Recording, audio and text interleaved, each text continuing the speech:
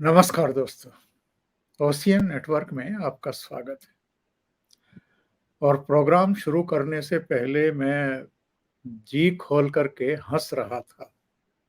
हंस इसलिए रहा था कि जो ये पश्चिमी देश हैं और खास तौर से अमेरिका अमेरिका जिस तरीके से विदेश नीति की जो मूलभूत एक बेसिक्स होती हैं, जो कूटनीति होती है, उस कूटनीति का जिस तरीके से बहुत सारे दूसरे देशों के बारे में वो अमर्यादित टिप्पणियां करते रहे और हस्तक्षेप की हालत हद तक जाते रहे।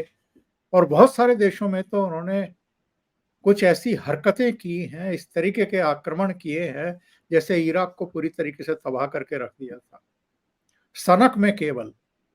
और अफगानिस्तान का भी क्या हाल करके छोड़ा है, ये हमसे किसी से छिपा नहीं है। इसी तरीके से सीरिया हो, दूसरे मुल्क हैं, वहां भी मतलब वो कहते हैं ना, एक गरीब की जोरू जो है वो सबकी भाभी। और कई बार ये भी होता है कि जो कमजोर होता है उसको बेवजह भी दो थप्पड़ फालतू ऐसे ही लगा दिए जाते हैं। तो अमेरिका की जो हरकतें रही हैं अब तक दुनिया के दूसरे देशों के साथ, वो वैसी ही रही हैं। और जो तन करके खड़े हो जाते हैं, चीन है, दूसरे देश हैं, या इधर आप देखें तो भारत है या रूस है, बाकी का तो छोड़ दीजिए। एक पिद्दी सा देश क्यूबा, वो अमेरिका की आंखों में आंखें डाल करके हमेशा बात करता रहा।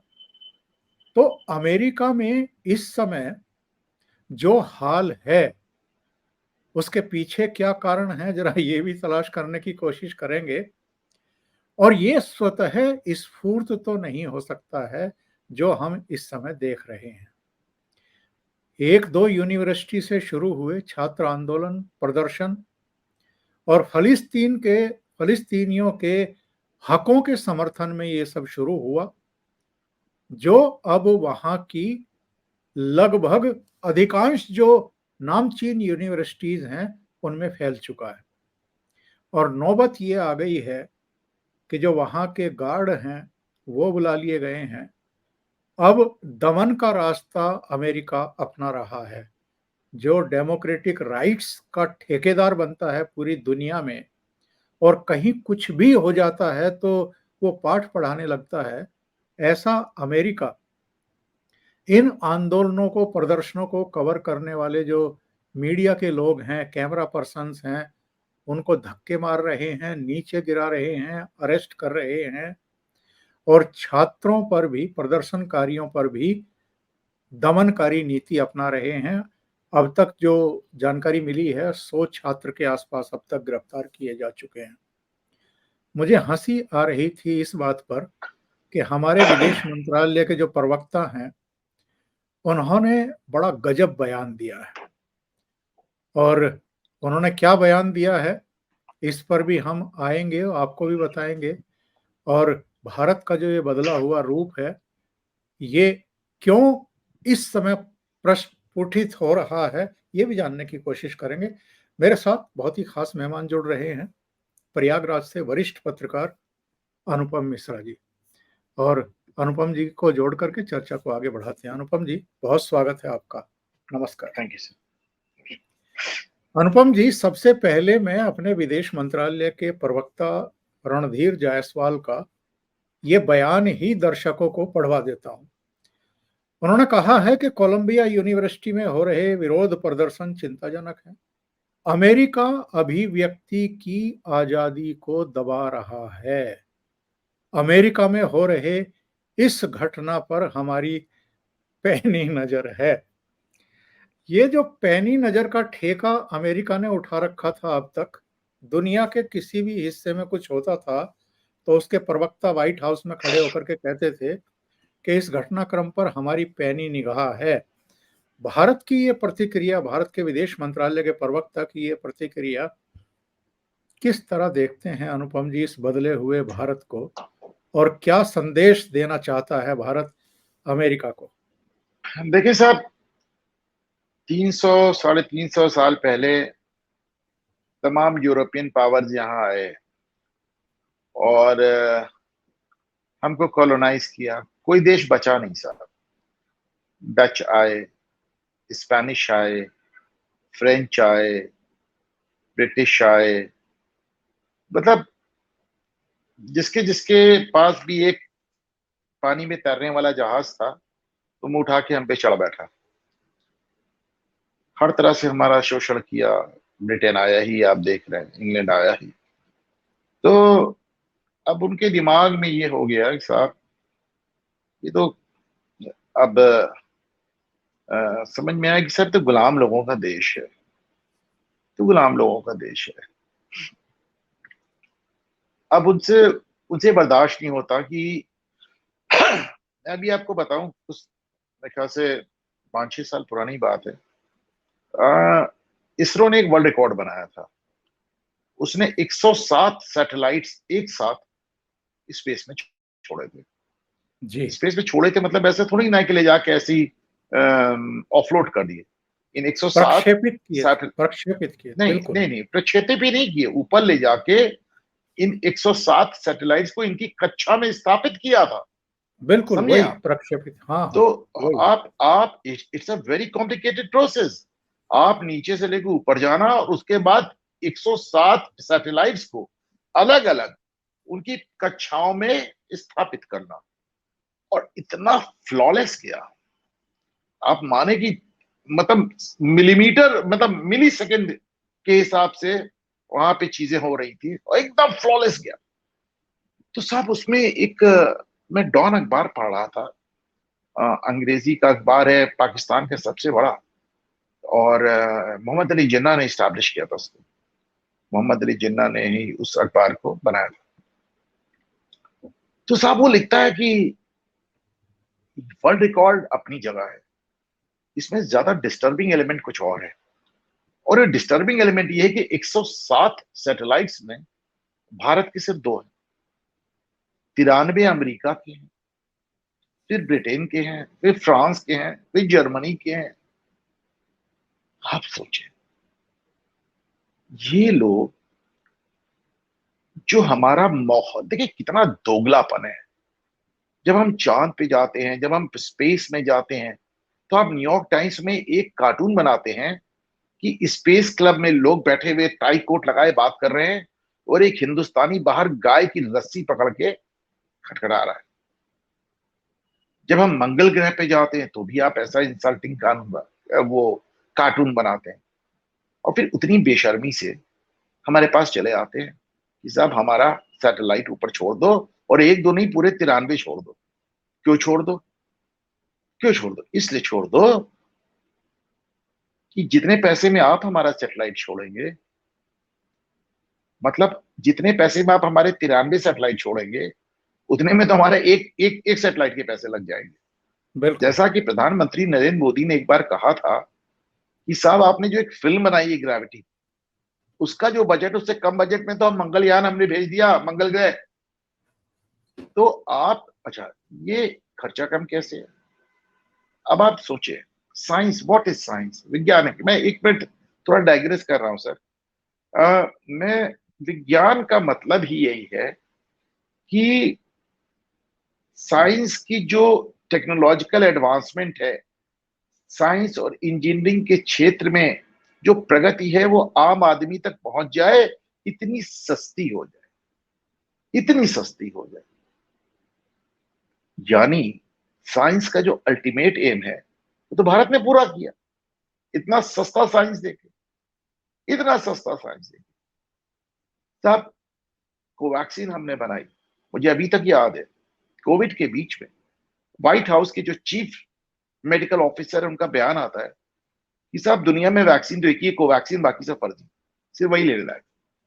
तो बर्दाश्त नहीं हो रहा है सर। अब देखिए 2 लेवल पे बर्दाश्त नहीं हो रहा है। मैं एक कंपैरिजन कर रहा हूं सर, आप सीनियर हैं, गलत कहूं तो टोक दीजिएगा। जिस तरह एक चाय वाले का प्रधानमंत्री होना उन लोगों को बर्दाश्त नहीं हो रहा है जिनको लग रहा है कि हम तो पीढ़ियों से राज करने के लिए बने, उस तरह भारत जैसे जिसको गुलाम मुल्क माना जाता था, वो उन मुल्कों को बर्दाश्त नहीं हो रहा जिनको लगता था ये तो हमारे गुलाम है। इसीलिए मैं एक प्रधानमंत्री मोदी से एक चीज जरूर चाहता हूं, और पता नहीं उनके जैसे विजनरी आदमी कोई स्ट्राइक क्यों नहीं कर रहा। हमें कॉमनवेल्थ छोड़ देना चाहिए साहब। जब भी कॉमनवेल्थ गेम्स होते हैं तो मैं ये कहता हूं कि साहब देखिए, गुलामी की सलामी आज भी आप जाकर क्वीन को सलाम कर रहे हैं। आज भी आप जाके राजा रानी को, प्रिंस चार्ल्स को सलाम कर रहे हैं। What is Commonwealth? कॉमनवेल्थ उन मुल्कों का समूह है, उन देशों का ग्रुप है जो किसी न किसी कालखंड में ब्रिटेन के गुलाम रहे हैं। मुझे कॉमनवेल्थ से ज्यादा शर्मनाक और मतलब मुझे लगता है हमें तुरंत छोड़ देना चाहिए। हम क्यों अपने आप को याद दिलाते हैं उसको। और इसीलिए आज भी कॉमनवेल्थ के सारे मुल्कों को उस दिन ब्रिटेन के मोनार्क या क्वीन को सलामी देना पड़ता है, और राजा या रानी जो मोनार्क है उसको सलामी देना पड़ता है। बंद करें ये तमाशा। कॉमनवेल्थ तो हमको वही याद दिलाता है जो मोहनदास करमचंद गांधी कहते थे कि तिरंगे में यूनियन जैक भी होना चाहिए। मुझे तो मतलब उन्हीं की डिमांड को याद दिलाता है। कॉमनवेल्थ वही है, हमारे तिरंगे में आज भी यूनियन जैक है। मुझे पूरी उम्मीद है कि प्रधानमंत्री नरेंद्र मोदी अपने कार्यकाल में इस व्यवस्था को समाप्त कर देंगे। पहली बात। अब अमेरिका, अमेरिका बहादुर, कहते हैं ना अमेरिका बहादुर, क्यों साहब? एक बाइपोलर वर्ल्ड हुआ करता था जब हम लोग बचपन में थे। एक तरफ अमेरिका था, एक तरफ यूएसएसआर था। साहब यूएसएसआर खत्म हो गया, बचा रूस। रूस की हालत क्या आप देख लीजिए कि इतने दिनों में वो 2 साल से लगा हुआ है बेचारा, आज तक यूक्रेन को मात नहीं दे पाया। यूक्रेन को मात नहीं दे, माना जा रहा था कि 1 महीने में रोम देगा, तो साहब यूक्रेन को मात नहीं दे पाया। तो ये दिखाता है कि साहब अमेरिका एक दुनिया, एक यूनिपोलर दुनिया बन गई।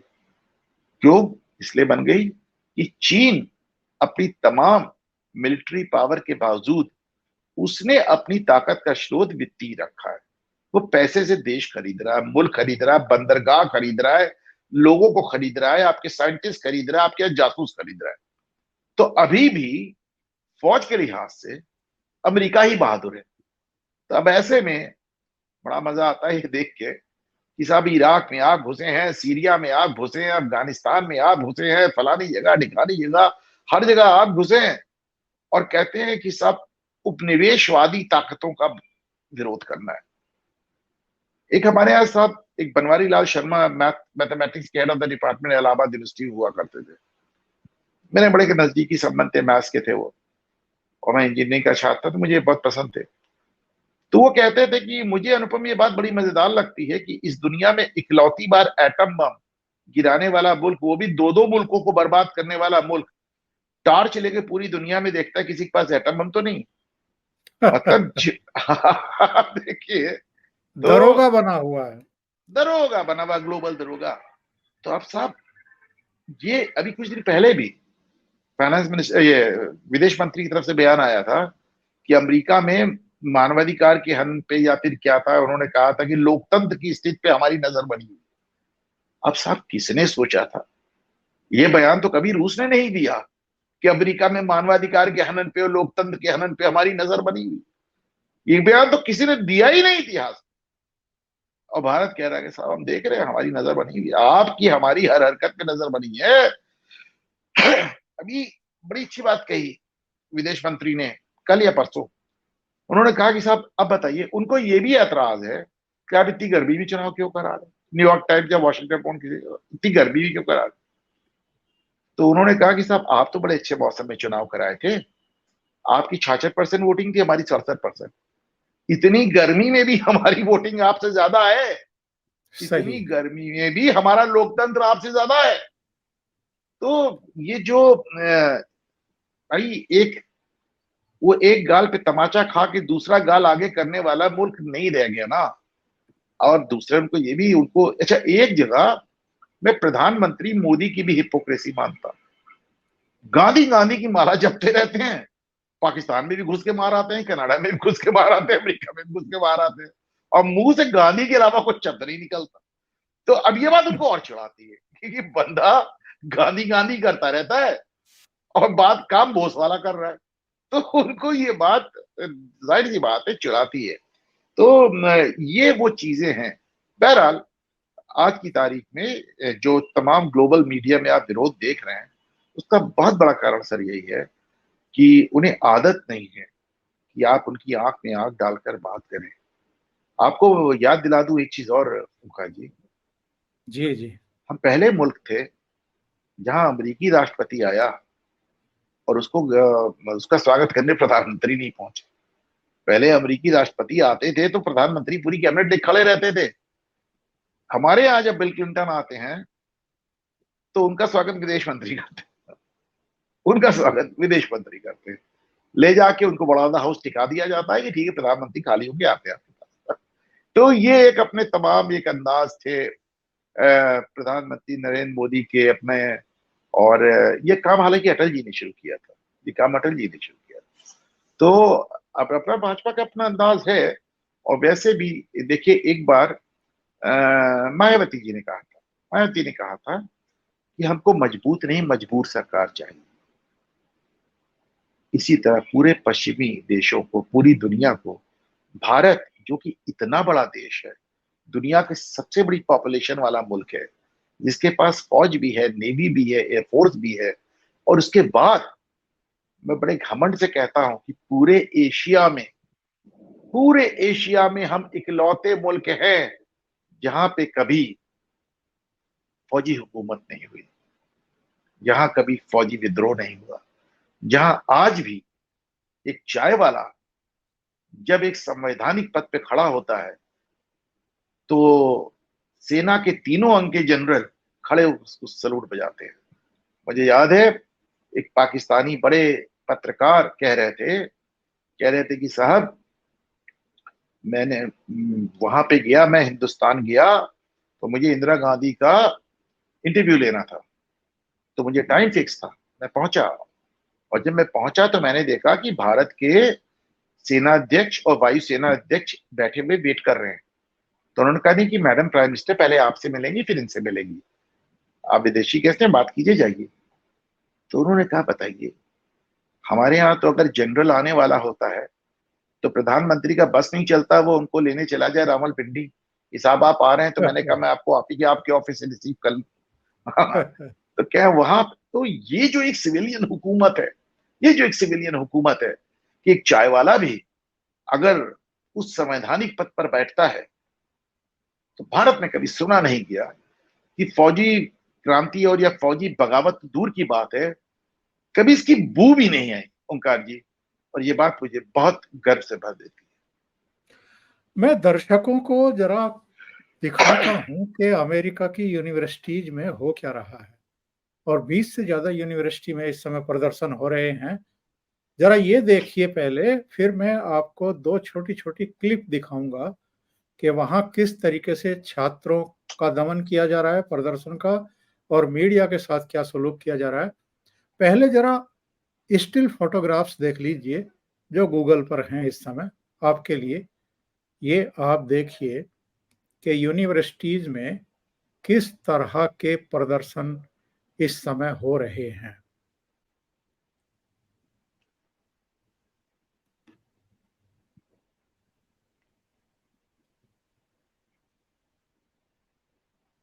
ये सब आपको समझ में आ जाएगा कि वहां पर चल क्या रहा है और किस तरीके से अब वहां इन्वॉल्व कर लिया गया है जो वहां की सबसे सिद्धस्त एक तरीके से फौज के बाद जिसको माना जाता है, जो गार्ड हैं उनको वहां बुला लिया गया है और दमन चक्र एक तरीके से शुरू हो गया है। ये बाइडेन प्रशासन के लिए एक बहुत बड़ी सिरदर्दी मानी जा रही है। चलिए इस फोटो को जरा बड़ा करके देखते हैं।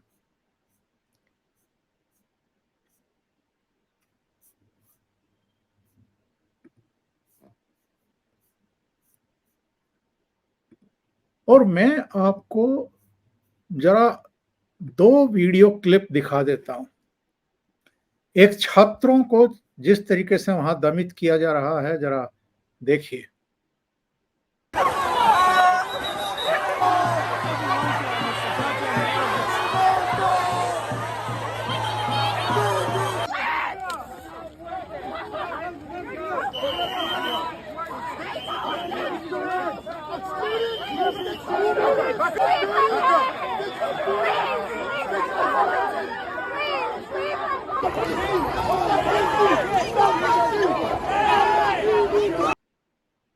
दूसरे जो मीडिया वहां पर कवर करने गया है, एक कैमरा पर्सन के साथ वहां क्या किया जा रहा है, जरा देखिए।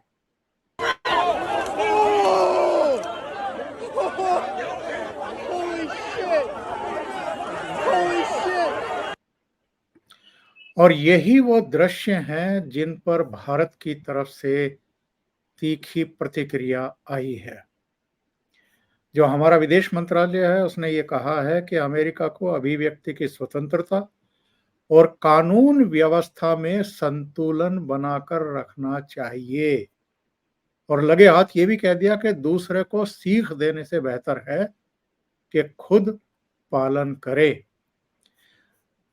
अनुपम जी, ये जो हमारी विदेश नीति में धार देखने को मिल रही है, यूरोपियन कंट्रीज के दौरे पर हों एस जयशंकर साहब, अमेरिका में बैठे हों, ऑस्ट्रेलिया में बैठे हों, कहीं भी बैठे हों, जिस तरीके से खुल करके वो लताड़ते हैं यूरोपियन मीडिया को भी, यूरोपियन कंट्रीज को भी। जब हम रूस से तेल खरीद रहे थे तो हमें तरह तरह की नसीहतें दी जा रही थी। ये कहा जा रहा था कि साहब ये रूस के लिए मददगार हो रहा है, और यूक्रेन पर जो आक्रमण किया है उसके आलोक में भारत को उससे तेल नहीं खरीदना चाहिए। उस समय का जो एस जयशंकर साहब का बयान था, उसके बाद इधर उधर देखने की भी जगह बची नहीं थी यूरोपियन कंट्रीज और अमेरिका के लिए। उन्होंने कह दिया था कि जितना हम एक महीने में अपनी जरूरत का तेल खरीद रहे हैं, उतना तो यूरोपियन कंट्रीज दोपहर तक खरीद लेते हैं, तो आप क्यों नहीं बंद कर देते। तो ये जो विदेश मंत्रालय और हमारी विदेश नीति में जो एक तेवर देखने को मिल रहे हैं, एक धार देखने को मिल रही है, ये बहुत हद तक 2 बार का बहुमत, एब्सोल्यूट मेजोरिटी, नरेंद्र मोदी का अपना एक तौर तरीका बात करने का, सम्मान भी देते हैं लेकिन बात भी करते हैं, और एस जयशंकर साहब की एज फॉरेन मिनिस्टर नियुक्ति।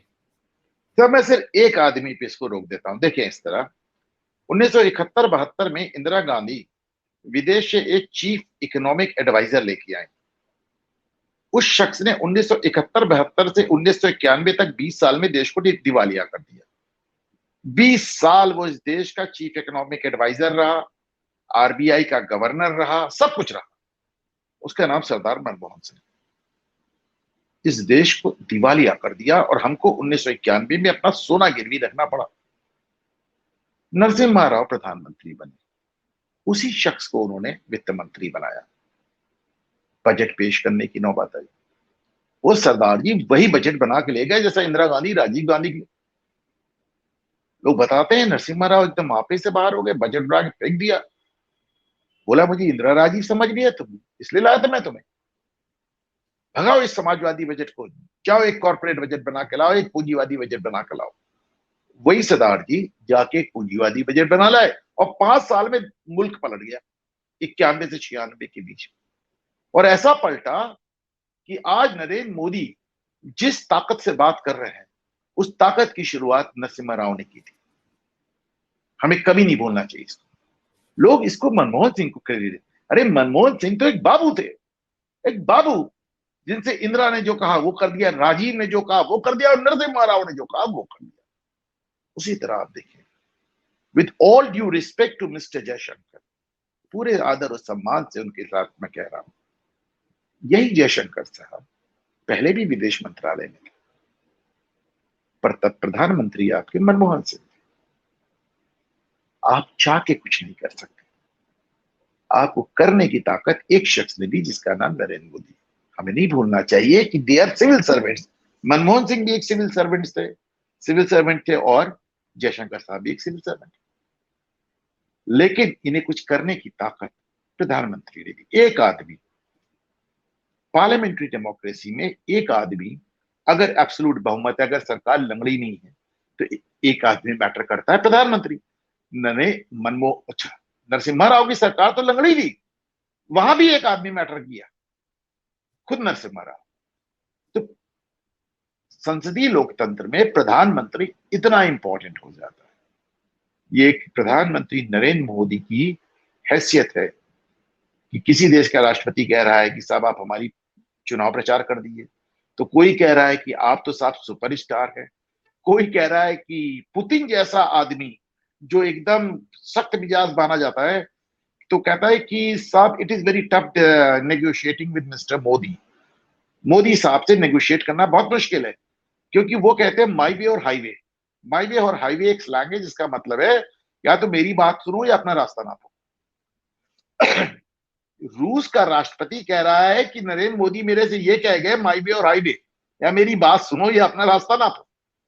आप सोचिए, सोचिए इसको। नरेंद्र मोदी जाते हैं, ट्रंप का चुनाव प्रचार करते हैं और ट्रंप हार जाता है। जो बाइडेन आते हैं, लोग कहते हैं कि साहब जो बाइडेन तो नरेंद्र मोदी से बहुत नाराज होंगे। तो जो बाइडेन आपको घूम घूम के मोदी को और फ्लैटर करते हुए नजर आते हैं। तो मतलब आप देखिए, रिपब्लिकन राष्ट्रपति भी आपको अकोमोडेट कर रहा है और डेमोक्रेट भी आपको अकोमोडेट कर रहा है। वो तो हिरोशिमा में नरेंद्र मोदी का और वो मांग रहे थे, दस्तखत मांग रहे थे, दस्तखत मांग रहे थे, ऑटोग्राफ हाँ, मांग रहे थे। हाँ, हाँ। तो एक एक अब देखिए, अब बड़ी दिक्कत ये हो गई ना कि सच को सच कहना बड़ा मुश्किल हो गया है। अंधभक्त हो, पैसे मिल रहे हैं, गोदी मीडिया हो, लेकिन आप बताएं, आपके पहले भी इसके पहले कोई ऐसा प्रधानमंत्री था जो इस तरह पूरी दुनिया को आंख में आंख डालकर बात करता था? आप बताएं कि कहते हैं साहब चीन ने ये कर, चीन, अरे भाई चीन से तो हमें कोई दिक्कत ही नहीं होती थी। हमारे रक्षा मंत्री एके एंटोनी संसद में कहते थे कि साहब हमने चाइना बॉर्डर पे कोई काम ही नहीं किया, कोई डेवलपमेंट ही नहीं किया, कि क्योंकि वहां पे डेवलपमेंट करो तो चीन नाराज हो जाता है, वो ऐसे ही पड़ा रहता है, उससे चीन खुश रहता है। तो साहब इसको देखें, ये बॉर्डर है, इसके एक तरफ जंगल है, पहाड़ है, और दूसरी तरफ चीन 6 लेन रोड बना रहा है। अब साहब हमारी भी 4 लेन रोड्स बन गई, पहाड़ काट के हमारी भी टनल्स बन गई, चाइना बॉर्डर पे हमारे एयरपोर्ट्स बन गए, 2 घंटे में हमारी फौज पहुंच रही है। तो जाहिर सी बात है चाइना नाराज है। भाई यासीन मलिक मनमोहन सिंह से थोड़ी नाराज होते थे, उनको तो मनमोहन सिंह बुला के बिरयानी खिलाते थे। अगर यासीन मलिक सजा काट रहे हैं मोदी राज में, तो मोदी से नाराज है। तो मेरा कहने का मतलब ये है कि नरेंद्र मोदी, और देखें ओंकार जी, अभी पैसे रुपए वाली बात तो नहीं जानता है, घटिया बात है, लेकिन ना मेरी जात के हैं, ना मेरे प्रदेश के हैं। मैं ईमानदारी से मान रहा हूं कि साहब जबरदस्त आदमी है, जबरदस्त तरीके से काम कर रहे हैं जितना उन्होंने काम किया है। लेकिन ये है कि लोगों को बर्दाश्त नहीं है। जिस तरह देश में जिनको लगता था कि हम तो पैदा ही हुए हैं राज करने के लिए, उन्हें बर्दाश्त नहीं, और विदेशी मुल्क जिन्हें लगता था ये तो सब गुलाम मुल्क है, उन्हें बर्दाश्त नहीं। अब आप ये देखें, अभी आप नेशनल गार्ड्स का जिक्र कर रहे थे। यूनाइटेड स्टेट्स ने अमेरिकी यूनिवर्सिटियों में छात्रों का दमन करने के लिए नेशनल गार्ड्स बुलाया। पहले आप जान लें नेशनल गार्ड्स है क्या। नेशनल नेशनल गार्ड अमेरिकी फौज का हिस्सा है ओंकार जी। जी जी। नेशनल गार्ड विदेशों में जाके लड़ता है। एक लाइन में समझिए कि अमेरिका ने अपने विश्वविद्यालयों में फौज उतार दी है। अमेरिका ने अपने यूनिवर्सिटीज में आर्मी भेज दी है। अब आप सोच के देखिए, मैंने ट्वीट भी किया था, आपने देखा होगा कि अगर जेएनयू में ऐसा होता तो अभी तक हमारे देश के आधा मीडिया से लेके, विश्व मीडिया से लेके, पूरी दुनिया कुर्ते फाड़ लेती है अपनी साथ, हाहाकार मचा देती है, अरे साहब इतना दमन हो गया, इतना दमन हो गया। दमन वो है जो नेशनल गार्ड्स बुला के अमेरिका कर रहा है। दमन वो है जो 70 के दशक में इंदिरा गांधी ने किया था कि जेएनयू से एक एक लड़के और एक एक टीचर को बाहर फेंक के जेएनयू में ताला लगवा दिया था। 22 दिन ताला लगा रहा था। वो दमन था। वो दमन नहीं है कि जेएनयू में ढपली बजा बजा के कह रहे हो कि भारत तेरे टुकड़े होंगे, मोदी तेरी कब्र खुदेगी, ब्राह्मण ब्राह्मणवाद, ब्राह्मण बाहर जाओ। वो दमन नहीं है। दमन ये तो तुम्हारी एकदम बेलौस पना है। दमन वो है जो इंदिरा गांधी ने किया था, और दमन वो है जो आज अमेरिका में नेशनल गार्ड्स कर रहे हैं। ओंकार जी। अमेरिका प्रशासन के लिए कितनी बड़ी चुनौती है। भारत ने शुरुआत कर दी है, अभी तो और भी देश प्रतिक्रियाएं व्यक्त करेंगे। नंबर 2, इजराइल के प्राइम मिनिस्टर बेंजामिन नेतान्याहू का मैं बयान पढ़ रहा था, गहरी नाराजगी व्यक्त की है। उन्होंने कहा है कि जिस तरीके से ये हिंसक प्रदर्शन हो रहे हैं, इसका शिकार यहूदी छात्रों को और प्रोफेसर्स को भी बनाया जा रहा है। अमेरिका तो मुंह दिखाने के काबिल नहीं बचेगा पूरी दुनिया में। सर, आपके पहले सवाल का जवाब ये है कि दूसरे मुल्क को आप इस तरह का बयान देते नहीं देखेंगे, कोई नहीं देगा, कोई भी नहीं देगा, रूस तक नहीं देगा, चीन तक नहीं देगा। ये बयान सिर्फ हम दे सकते थे और हम दे चुके हैं, और कोई नहीं देगा, और कोई अमेरिका के मुंह नहीं लगेगा। रही बात नेतन्याहू की नाराजगी की, तो आपको याद होगा अभी 1.5 महीने पुरानी बात है, यही पेन यूनिवर्सिटी में, हार्वर्ड में और एमआईटी में इसी तरह के प्रदर्शन हुए थे, और यहाँ पे यहूदियों के नरसंहार की बात हुई थी। मैं हमेशा कहता हूं, वहां पे एक नारा ये लगता है, from the river to the sea Palestine will be free, यानी नदी से समुद्र तक सिर्फ और सिर्फ फिलिस्तीन होगा, आजाद होगा। साहब, हाँ, तो नदी, किस इजराइल नदी की बात? हाँ, इजराइल को नदी खत्म नदी ही कर दो। हाँ, नदी है जॉर्डन और समुद्र है मेडिटेरेनियन। तो इन दोनों के बीच में फिलिस्तीन भी है, गाजा भी है, बीच में इसराइल भी है। उनका कहने का मतलब इसराइल खत्म है, प्लस इसराइलियों के नरसंहार की बात हुई। तो साहब, कोई एक्शन नहीं हुआ तीनों यूनिवर्सिटी में। तो साहब, वहां पे एक कांग्रेसियल कमेटी बैठे, मतलब कांग्रेस की एक कमेटी बैठी है, और एक कांग्रेस वुमन ने इन लोगों से सवाल जवाब किए, जिसमें पेन यूनिवर्सिटी, पेनिसिल्वेनिया, हार्वर्ड और एमआईटी तीनों के यूनिवर्सिटी के हेड आए। तीनों से पूछा गया कि साहब ये क्या कर रहे हैं। तीनों ने अपनी गलती मानने से इनकार कर दिया, और उन्होंने इतना बेहुदा जवाब दिया। उन्होंने कहा सिर्फ आप धमकी तो दे रहे हैं, अभी मारा तो नहीं है। वो अलग बात है कि उसका इतना दबाव पड़ा कि उन तीनों को रिजाइन करना पड़ा, लेकिन आपने वो धमकी पे ध्यान नहीं दिया, आज पिटाई शुरू हो गई। ब्रोकन विंडो, देखिए, क्राइम में एक होती है broken window theory. Broken window theory ये कहती है, पूरी दुनिया में पढ़ाई जाती है साहब पुलिस वालों को, कि अगर किसी ने आपका शीशा तोड़ दिया है और उस पर अगर कार्रवाई नहीं होगी तो अगली बार डकैती पड़ जाएगी।